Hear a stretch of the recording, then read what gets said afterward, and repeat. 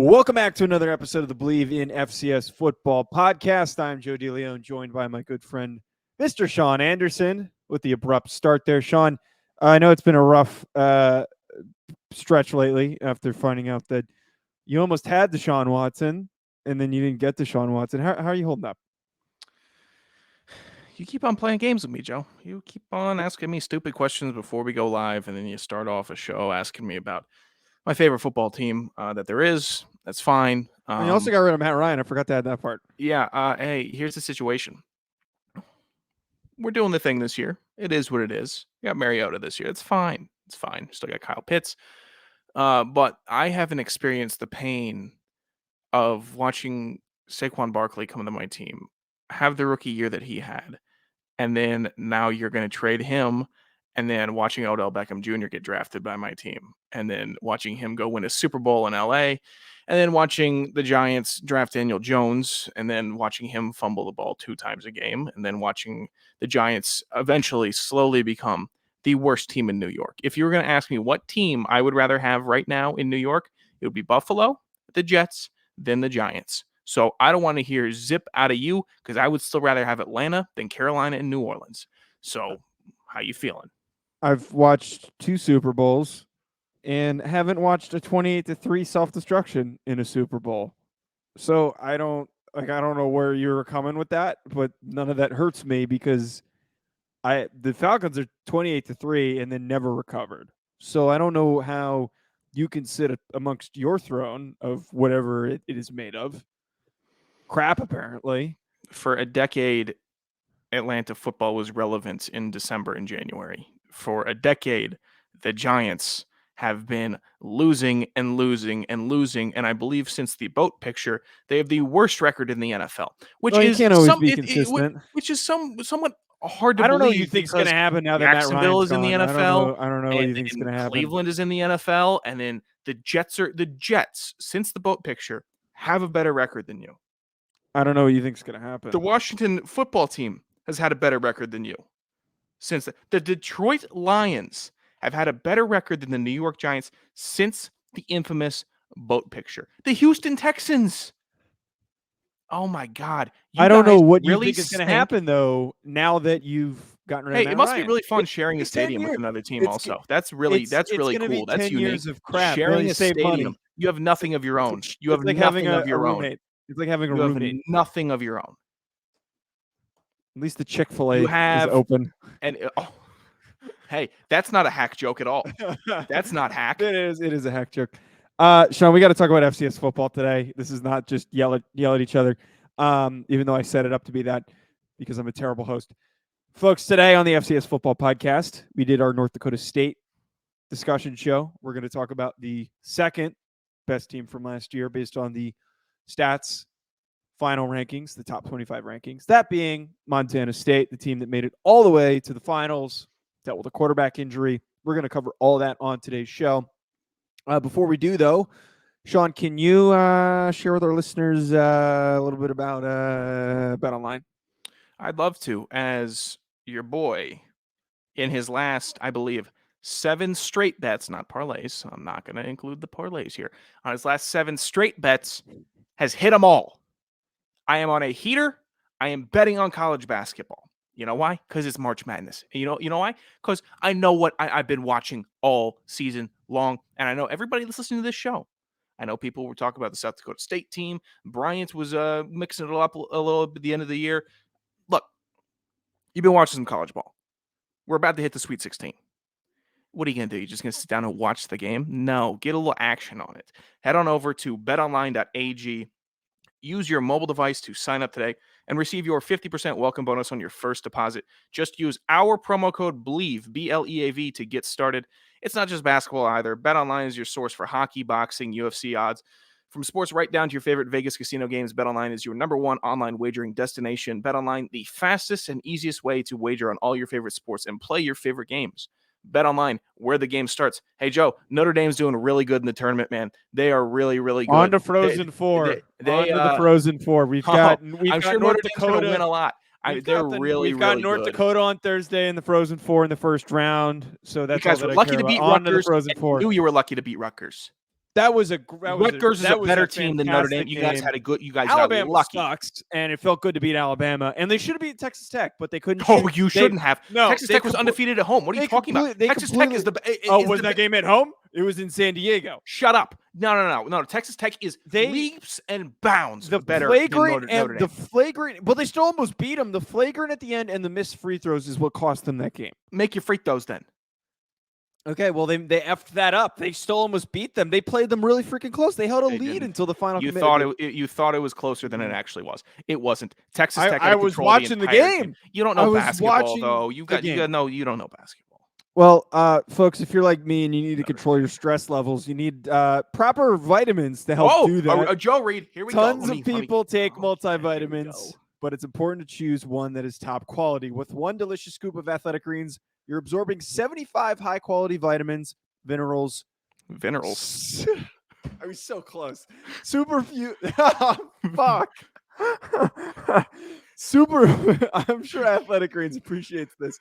Me saying the F word mid-read. Superfoods, probiotics, and adaptogens to start your day right.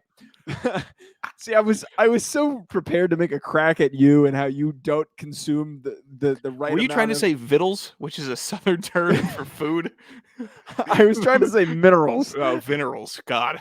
I was so focused on making a joke about how you don't get proper vitamin consumption because all you eat is White Claws and chicken tenders, but their blend of ingredients supports gut health, your nervous system, your immune system, energy, recovery, focus, which apparently I need, and aging.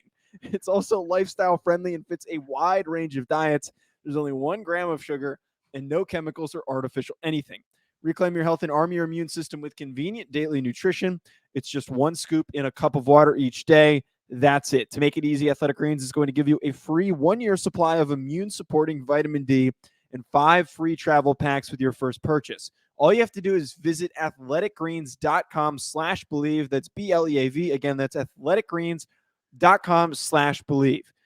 These statements have not been evaluated by the Food and Drug Administration. These products are not intended to diagnose, treat, cure, or prevent any disease. Athletic Greens, take ownership of your health. How would we grade that read? B-. Maybe a C+. It's not bad for me. You swore, you messed up a pretty easy word, you derailed it, and then there were a couple really close ones. Yeah, I kind of recovered. All right, so Sean, we're going to talk about Montana State in our series of talking about these teams and their outlook for next season. The way that we opened the North Dakota State discussion was talking about the notable losses that the Bison were facing. And we didn't really find that many guys that were leaving. But you take a look at this Montana State team, and there's a lot of key pieces that are not going to be returning for Montana State next season. Notably, Troy Andersen, their star linebacker, who is going to be drafted very highly. Lewis Kidd, offensive lineman, who was an All-American, going to play in the NFL. He liked my tweet, which was nice. Taylor Tiasa Osopo, do we think that's how that's pronounced? Offensive lineman. He was an all-conference player. Lance McCutcheon, possible NFLer. I believe he had an invite to one of the All-Star events. He had 1,100 receiving yards last year, 8 touchdowns. Next closest guy had 375. And then not to mention the losses of Daniel Hardy, who led the team in sacks, Amandre Williams, who was second in sacks. So this is a very depleted group, and we're missing some guys. There's also other guys that I didn't write down in the notes because there were so many. All conference players that are not going to be back for this Montana State team. For the amount of players that I just hit on there, Sean, is that concerning? Oh, yeah, it's concerning. Montana State lost a guy, just in Troy Andersen alone, who at, I would say, 3 different positions could have been, if he played one of those positions for all 4 years, could have been the best linebacker, running back, or quarterback in Montana State history. You're losing a guy that, if he had committed himself to one of those spots, he would have been the best in Montana State history, in my humble opinion. Maybe it's recency bias. Let me know if I'm overstepping my bounds, Joe, and also Montana State fans. I know you guys probably have some legends. I know Rhodey had legend. Everybody has got guys that have done great things in 4 years. But Troy Andersen is one of the freakiest athletes that we've seen in the FCS since we have been playing in it and covering it. So you lose that guy who is also a major leader on your team. It's going to hurt the team. And this is going to sound like broken record. And the more that we do, the more of this you're going to hear from me. Losing seniors that are impactful, it's very difficult unless you have a culture around it where it's next man up, and the next man up is ready to do exactly the same, if not better than the guy ahead of him. So you're losing 2 really good offensive linemen. You're losing a wide receiver that went over 1,100 yards after in a run dominant offense, and then your 2 sack leaders. That's tough also. So the defense is going to be tough, but the FCS, if you work hard enough, you can pretty much replicate what the guy ahead of you did. Because we lost guys who were like, oh, how are we ever going to replace them? And then they ended up being replaced. You fill the shoes. That's how it works. That's it looked like you were about to say something. What? No, I wasn't gonna. I was just gonna say it's the very blanketed statement. But I understand what you're saying. I understand. Blanketed how? Well, because it's. I don't know. It just feels like next man up. I feel like it's such just like a coach talk thing to say. Well, Donato replaced you, right? You think they're doing okay? Yeah, they're doing fine. Next man up. Okay. But Jose Duncan got replaced. Jose Duncan carved out of steel. He got replaced, right? I'll be Mac. Yeah. But I bring it back to. I'll let Hot Take Joe do his thing here. Montana State's going to get 4 wins next year in the Big Sky. I'm Joe DeLeone. I'm Hot Take Joe. That's not what I was. I'm not evil Joe DeLeone. I'm Hot Take Joe. That's apparently there's a new personality that's been added to the lore here. Yeah, on the evil FCS Joe, Hot Take Joe, and then Joe Burbank. Joe Burbank. I don't think our listeners are. Hi, I'm Joe Burbank. Okay. The loss of Troy Andersen. Just looking, run out of steam? Just looking at defensively. No, I'm ignoring you. I didn't run out of steam. I'm ignoring you because I want to stay on top. They lost Matt McKay. That's going to be hard to replace. I lost my dog once for 2 days. Never had a dog. Linebacker Troy Andersen, losing him, and then on top of that, your 2 leading sack getters on the defensive line. That to me is debilitating. And I'm not gonna, as you're saying, a hot take, Joe. I'm gonna say that they're 4 wins next year.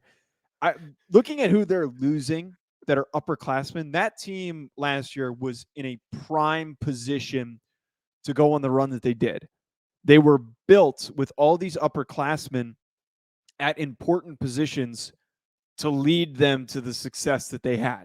We knew how freaking good that they were defensively last year, and it was because of those 3 guys, Troy Andersen, Amandre Williams, and Daniel Hardy.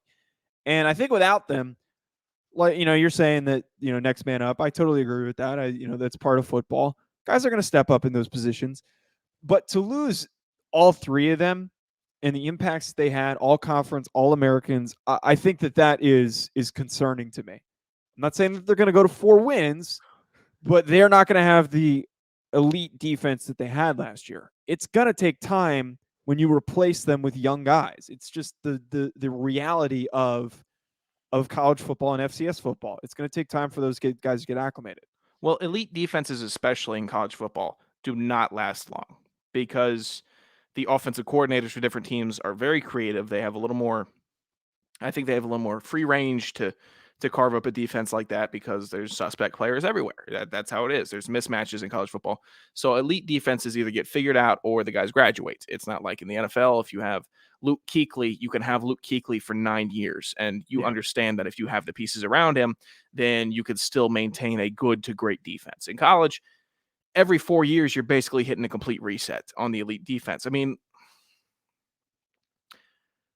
we came in, we did the Colgate year, and Colgate was allowing like 11 points a game in 2018 or 2019, right? And ever since then, Colgate's defense has not been up to snuff. Villanova had the best defense in the CAA or second best for a while. Not the same. It changes. It all changes. It's all cyclical in defense. Losing those 3 guys will hurt. I'm not going to say they're only going to win 6 games like Joe, but I didn't say that. Oh, sorry. That was hot take Joe. My bad. Regular Joe DeLeone didn't say that. Jackass. Oh, definitely hot take Joe coming at you. The offensive line losses too is something to keep track of because their identity was running the football. Their identity was specific Jesus Christ. Oh, out of way. God. Were those consonants dying to get out of that mouth? Holy hell. It's been a long They day. were running into bicuspids and molars and just saying, oh, I can't get out of here. Oh, God, I hate that I can't make a mistake and then not recover from it just because of the way that you're acting. Jeez, I mean. Specifically, it's one of the hardest words for me. Now an L's just joining the group here. Hey, you guys need some help? I'll join you. You know, you talk. Joe, can you let us out, please? We're dying. And then Joe says, okay, sure. I'll let you all out one time. The particular players I am referring to. I'm not P's and T's are back in it. They saw the S's, the P's, and the L's, said, all right, let's get a P, R, and T up in here. Oh, God. How is his teeth not opening? Why is the tongue Tommy Mellot and Isaiah Fonzie. He's sting in his mouth. Why can't he pronounce a word? All right, shut up. God. Tommy Mellot and Isaiah Fonzie, though.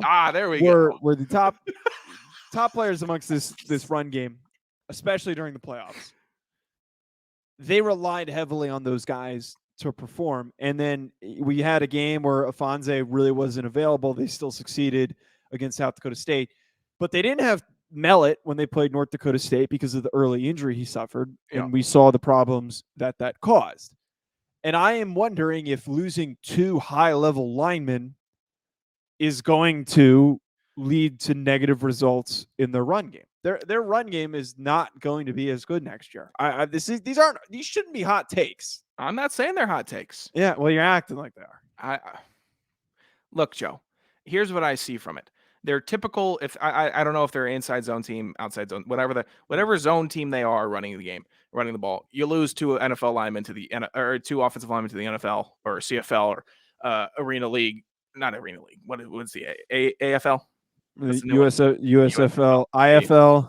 You lose it to the next level. It is what it is. That's gonna be tough because as offensive lineman, you develop chemistry with the guy next to you, and if everyone's moving in sync together, you got a pretty good run game. But Mellot, I'm not too worried about because his improvising ability is very, very strong. In even the limited amount of time that we saw him, his running was okay. First read, second read, bolt, and that's what he did.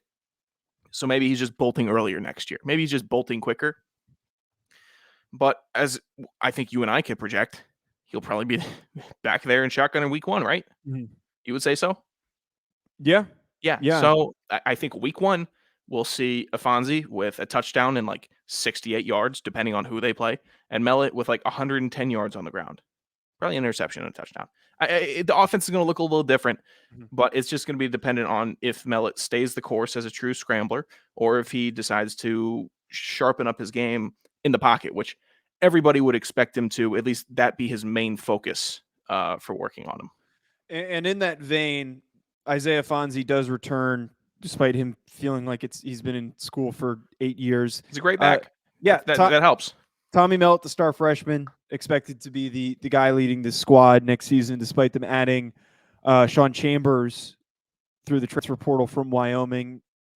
Probably not going to compete too much. Just some added backup help, as we saw that they really needed, because when Tucker Rovig stepped in, they sucked during the championship game. So to add another big athletic quarterback is nice to have. They're also bringing back Callahan O'Reilly, which is the most Irish name in FCS football. Second on the team in tackles, was an all-conference player. Isn't that not the most sorry Irish you caught name? me. I'm really sorry. Callahan O'Reilly. It's so it could also be Riley O'Callahan. You know, it's all interchangeable. Go look him up. He's very Irish looking. He's from Montana. You don't know a lot. I don't know a lot of Irish dudes from Montana. Callahan O'Reilly. Simeon Ward, freshman, led the team in interceptions. Another key player that they're returning. Still a small list of important returnees and a long list of guys that are leaving. We know that Afonso is capable of taking on the load for carries. Might not have as many open rushing lanes this year with new linemen stepping in. But I think for Mellot, who we're probably still mispronouncing his name and somebody's going to scream at us in the comments, I still believe, and I said this at times during the playoff run, I think that he's a great athlete and he's a tough SOB and he's not afraid to run. And the injury that he suffered was not as a result of that. It was just because of the crappy turf, from what I recall. But Mellot, I need to see more of a development in decision making and less, like you said, 1-2 run. he's got the arm. He's got a good arm. He made some really nice throws to Lance McCutcheon, especially in that South Dakota State game. Like he really proved me wrong, and I said that a bunch of times during their playoff run. But we need more capability from him as a passer. What hindered them offensively last year, and what I always said, the key to stopping Montana State is if you get them in 3rd and long, you can slow them down or completely stop them. That's a great point, Joe. And as much as I hate to say it, 3rd down, if you have a quarterback that can complete a 6-yard to 8-yard pass, you're going to convert a lot in college football because defenses and defenders, it's not like they're not able to play the position or they're not smart or it's just a lot getting thrown at them. Defense at the college level, incredibly tough step up from defense in high school. And it takes a lot of guys a lot of time to figure that out. It doesn't matter how long they're playing there because the offense is also half trying to score and half trying to confuse the defense and show them different looks and do everything differently. Very, very difficult to play defense and acclimate. So if you can convert on 3rd down, then you're going to win some games just strictly off of that. Also, Callahan O'Reilly doesn't look super Irish like Joe said. Oh, he looks like Troy Aikman. I actually don't know what he looks like. He's got blonde hair and a wide-ass head. You're telling me that this guy doesn't look super Irish? He looks like, is that Irish? I don't know what Irish looks like. Blonde hair, white-ass head. That's usually, I mean, like you're looking at someone who's Irish right now. What? You're Irish now. You didn't know that I was Irish? Are you kidding me? You've known me for 6 years and you didn't know that I was Irish? Look how red I am from yelling into my microphone. Tough. Yeah, you do get very red. You are blotchy. The name on my mother's side is Dalton. Like I don't know how much more. I'm more Irish than I am Dalton, Italian. An Irish name? Oh my god. Hey! You don't even start with me. Don't even. So you were insufferable. And it was just St. Patrick's Day. I didn't go out on St. Patrick's Day, so at least I didn't step on your holier than thou holiday, Joe. What T-shirt should I get for the? I'm gonna go sell it. Did you go to church on St. Patrick's Day? No. Or did you just get blackout drunk? I actually, I didn't drink as much as I wanted to. Oh, why not? Why not? Because I'm why not, soft. Actually? Oh, I just didn't. I did long story. Why not? I got time. Not on the show. I don't feel like getting into it on the. No, I just literally I was hungover. Why are we doing this on the show? I'm gonna talk to you. What else are we gonna do? We're talking about Montana State. Can we stay on topic for 2 seconds? What has Montana State ever done for us? That was to the level of the hack comment that you made, and I just know that is not going to be well received. Every time that we talked about Tommy Mellot last year, just got yelled at. It just yelled at. He looks a little fickle. I'm getting sent pictures of him in a press conference with his arms and stuff like that. Look at these pipes. I'm like, okay. Sorry, he's a college football player. He probably got decent sized arms. Sorry. We want to come to your school next year. Win the contest next year for us. No one's gonna vote after. We want to go see the stadium. comment. No one's gonna vote. God, Sean, we want to be there. How far do you gorgeous? How far do you see going next year? How do you think that they're still a playoff team despite all the hits that they're taking on the roster? Here's everybody started vying. Yeah. Oh God, was that annoying? Well, I ended up winning FCS, which was really cool. Especially Portland State. Okay, yeah. How sad is somebody going to be if you sub into Portland State for like the 5th team in the preview? No, we're doing it. We're doing it. We're doing Portland State preview. God, the 5 and 6 Portland State. Look, it just no, that's not right. It depends on the last. It's going to depend on the last 6 games of the season for Montana State. You can say that about anybody. Strength of schedule, this and that, whatever. But the big sky is they're all just beating the hell out of each other all year. Very similar. I think you and I have grown when we started the show, right? We didn't have as much of an appreciation for other conferences because we were current CAA players. Mm-hmm.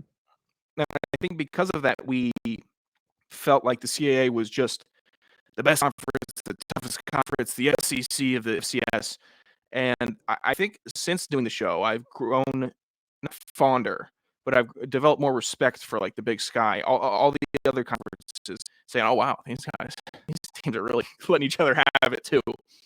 So the Big Sky is just going to be one of those conferences that you got to get out to an early lead, and you got to have a couple really clutch wins to get yourself into the playoffs, or else you're going to fall by the wayside because somebody else, Sacramento State, is going to just start rearing their heads and make a late charge. It's just how it operates. I actually, looking at last year's standings and thinking off the, like, just from who I know these teams are losing, I mean, Montana State's losing a lot, and they're returning players at key positions: running back, quarterback, linebacker, and also they have a really young, talented DB in Simeon Ward. But I'm looking at this right here, and if Montana State isn't as good, I still think that they finish top 3. Like Eastern Washington. Do we really think Eastern Washington's the same team without Eric Berrier next year? We're going to probably do a preview on them. Not to spoil the preview, but no. Right. Like UC Davis, I don't know if I'm necessarily bought in on them next year. Weber, they didn't look that great down the stretch. Portland State, we know, is a sleeping giant. I hate you. Sacramento State's probably going to still be at the top there because, again, we're going to end up previewing these teams. But off the top of my head, I don't know anyone crazy that they're losing. But shit, Sean, I don't think Montana State's like. How'd you go 26 minutes without swearing once and you just dropped it? I said the F word in the middle of my read. Oh, I forgot about that. What were you trying to say? My point. I'm sorry. I'm being a jerk. I'm sorry. No, you're not being I deserve to get chat on, but the problem is I try to recover, and then if we had an intern, I would ask them to isolate that. It's like I get punched in the face, and I'm trying to get up, and you're just hitting me with a chair. Like that's what, or like. Actually, but here's a better analogy. I walk into a door because I'm not looking. It's my own mistake. Yeah. I fall on the ground. I'm trying to get up, and I'm like, I'm such an idiot. I need to get through this. And then here you come with a chair, just bashing me over the head with it. Like, stay down. I'm posting the video to World Star. That's what I'm doing. It's like, hey, guys, watch this. I'm going to hit this idiot in the head with a chair. That's what this whole show is. That's what the whole show is me stammering because I'm just exhausted at the end of the day. Here we go. And I'm sweating my ass off because it's 90 degrees outside and I don't have my air conditioning on. Oh, so it's not a temperate. Let's see here. I think today was 50 degrees here, and it was yesterday was like 70. It's freezing. It's already 90 degrees there. I don't know where it came from. It wasn't. It was the first time. Sean, come visit. It's going to be a lot of fun. You're going to have to pay a ton in drinks, and you're going to sweat a lot. This come out here. Yeah, well, you get to see me. That's the key thing. We'll go visit UC Davis. Besides the point, I wouldn't be shocked if they still finish at the top, man. I think that a lot of these teams are losing quality players. Why? You can't contradict yourself like that. I'm not. Offense is going to be worse without the offensive line. Defense is going to take a lot of highlighting the they concerns. Can't replicate that defense. I'm highlighting the concerns, but I'm pointing out that the teams that they're competing with for the top of the division. Say they'll finish in third or fourth, like you were saying all show. Like you were trying to say all show. Second or third. I say they finish second or third next year. That's not a reach. It's a reach for what you were with the tonality of that you were putting out there. And sorry, one of my roommates is singing in the shower right now. That's beautiful. I have one final thing to point out. Oh no, wait, what'd you say? I didn't hear what you said. I was gonna say we're hanging a dartboard tonight, so I bought a tape measure. What do you think happened? I come home, we got the tape measure. Everyone starts just taking each other's heights and yelling about it. I'm not 5'10". I'm not 5'8". I'm 5'9". It was just... How much is you? 6'3"? All right. Hey, everybody, this is the Believe in FCS Football Podcast. I'm Sean Anderson. No. What was the official measurement? I didn't do that. I was eating my dinner. I'm too tall to do that. I'm not going to. I don't need to measure myself because I know that I'm 6'6". Sean's 6'4" ¾ for anyone who's wondering. You want to keep on posturing that. Yeah, you're not 6'6". I definitely am. A scout came and measured you. So peel back the curtain here. So when you're a junior, it was a short day. I had a short day. I had a short day going into senior year. Scouts come in to measure upcoming prospects or just players. Hi, in I'm general. Joe Burbank. I'm about to lie right they on wanna here get- to your they face. wanna But get- because I'm I not have a lying. good voice, people are gonna believe me. I'm They Joe came Burbank. They came in to measure Kyle Murphy and Aaron Parker, but they get the measurements for all the seniors just so they have that information. Hand size, all that stuff. All this is stuff that across the NFL. Texans and what was the other team? The Skins were there. It was Washington's Commander Scout was there, and Sean was 6'4" and 3/4, and I was standing there when he measured you, and it was a number. Day. It was a number that I will never forget because you're so. You're also their job is to under measure to the fullest extent. They're going to intentionally make sure you're accurate.